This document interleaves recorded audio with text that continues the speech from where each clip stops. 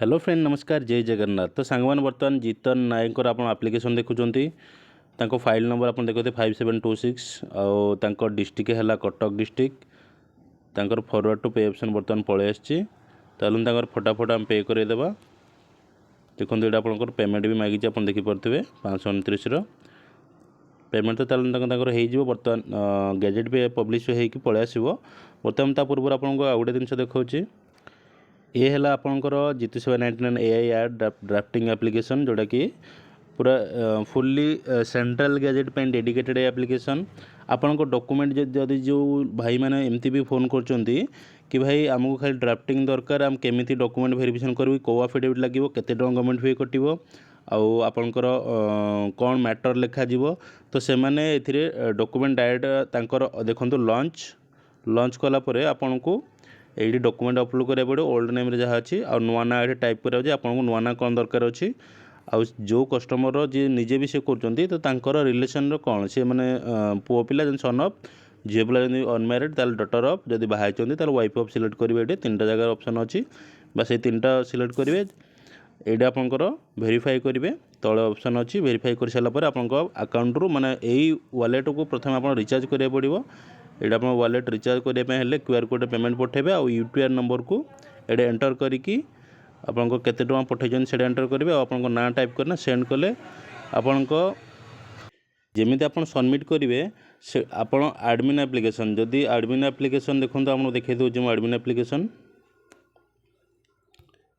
ये है admin application सांगे सांगे आपंकर टॉपअप रिक्वेस्ट पलि आसो मु अप्रूव कर सारा आपंकर ऑटोमेटिक वालेट ऐड हो आड हो सारापर आपड़ ताको यूज करेंगे। ठीक अच्छे यही एप्लिकेशनटा सेंट्रल गैजेटा केवल आशा गैजेट या मतलब आफिडेविट न्यूज पेपर मैटर ये सब आड हम आउ एमती आपंकर जब एप्लिकेशन दरकार भी अच्छे आप कंटाक्ट करेंगे आपंकर छोटिया शॉप अच्छी कि आपंकर जेकोसी अलग बिजनेस अच्छी तो आपंक बिजनेस ना रे एप्लिकेशन जब आप करने चाहते भी आप कंटाक्ट करेंगे आपन को पूरा फुल्ली ए एप्लिकेशन बिल्ड करना दिहब। जब आप API से लगे चाहते तो API कॉस्ट अलग पड़ो एप्लिकेशन बाद छाड़ी आपको API जो AI रो इंटीग्रेशन हम तो AI रो इंटीग्रेशन API अलग से किणवा पड़े API किणवा पड़े तो सेटा आप अलग कॉस्ट पड़ो। ठीक अच्छे तो बर्तमान यहाँ सेंट्रल गैजेट डेडिकेटेड संपूर्ण आपड़ जदि एप्लिकेशन बनवाई चाहते कि मैटर करने चाहते जमीक सेंट्रल गैजेट आपंकर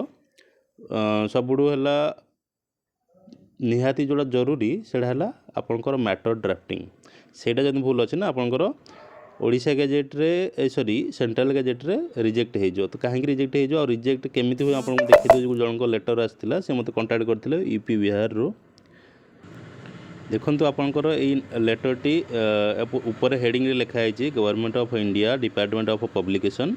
ठीक अच्छे अर्बन अफेयर ये नंबर पड़ी आउ नाटा भी ये आपको देखा दूसरी हाँ ये ना भी आप देखिपे आउ डिस्ट्रिक्ट मध्य प्रदेश लिखाई आप देखिपे प्रोब्लेमटा कौन है जानते प्रोब्लेम ये देखूँ पूरा सफा सफा लिखाई ई आउ आई आउ ई ये दुईटा भितर प्रोब्लेम भी अच्छी। ठीक अच्छे न्यू नेम ओल्ड नेम भितर भी माने जो लिखिं भी सेटा प्रोब्लेम अच्छे एड्रेस भी प्रोब्लेम अच्छी आपणकर देखो ये जो लिखाई ना CD MS word format correction रे भूल अच्छी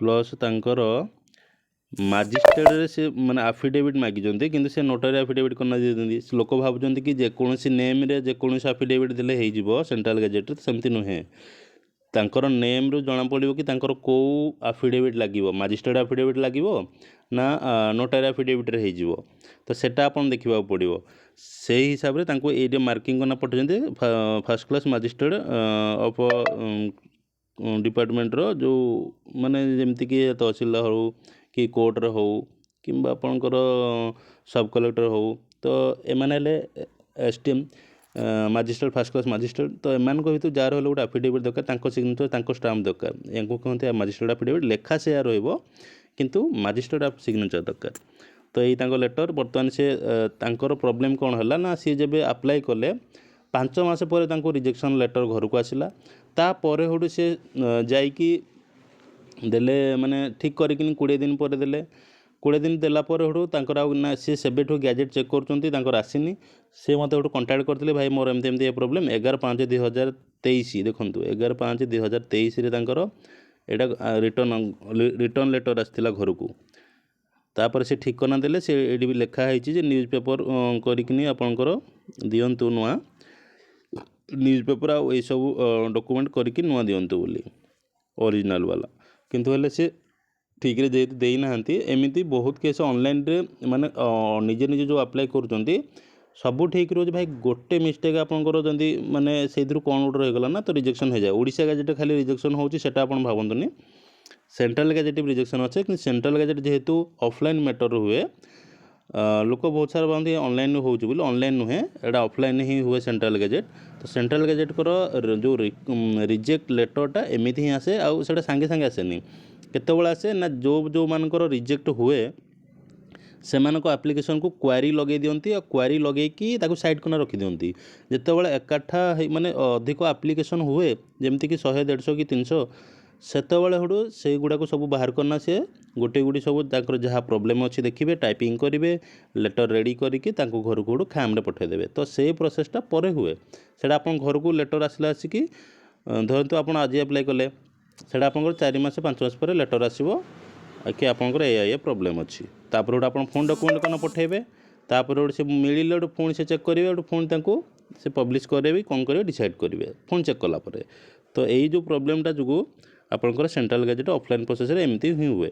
ତ ସେଇ ଜିନିଷଟା ମୁଁ ଆପଣଙ୍କୁ ଦେଖାଉଥିଲି କି ଆପଣଙ୍କର ଏଇ ଯେଉଁ ଡ୍ରାଫ୍ଟିଂ ମ୍ୟାଟର୍, CD ମ୍ୟାଟର୍ କ'ଣ ରହିବ, ଏକ୍ଜାକ୍ଟ ମାନେ ସେଇ ଜିନିଷଟା ଆପଣ ଯଦି ନ ଜାଣିବେ, ଆଫିଡେଭିଟ୍ କ'ଣ ରହିବ, ତ ସେଇ ଜିନିଷଟା ଆପଣ ଯଦି ନ ଜାଣିବେ କେମିତି କରିବେ। ତେଣୁକରି ଏଇଠି ଆପଣଙ୍କର ଏଇ ଯେଉଁ ଆପ୍ଲିକେସନ୍ ଆପଣଙ୍କୁ ହେଲ୍ପ କରିବ କି ଆପଣଙ୍କ ଡକୁମେଣ୍ଟ ଅପଲୋଡ଼ କରିବେ, ନ୍ୟୁ ନେମ୍ ଟାଇପ୍ କରିବେ, ମାଇନର୍ କି ଆଡଲ୍ଟ ଆପଣ ଏଇଠି ଟାଇପ୍ କରିବେ, ଆଉ ସନ୍ ଅଫ୍ କି ଡଟର୍ ଅଫ୍ କି ୱାଇଫ୍ ଅଫ୍ ଲେଖିବେ। ଏଇଠି ଆଡ୍ରେସ୍ ଆଧାର କାର୍ଡ଼ରେ ଏକ୍ଜାକ୍ଟ ଯାହା ଅଛି ସେୟା ଲେଖିବେ। ତାପରେ ଗୋଟେ ଆପଣଙ୍କୁ ଗୋଟେ ଭେରିଫାଏ କରିବେ। ଆପଣଙ୍କର ଯଦି ଆପ୍ଲିକେସନ୍ ଯେତେବେଳେ ଆପଣ ଫାଷ୍ଟ ଲଗ୍ଇନ୍ କରୁଛନ୍ତି ଆପଣଙ୍କୁ 100 ଟଙ୍କା ବୋନସ୍ ମିଳିବ।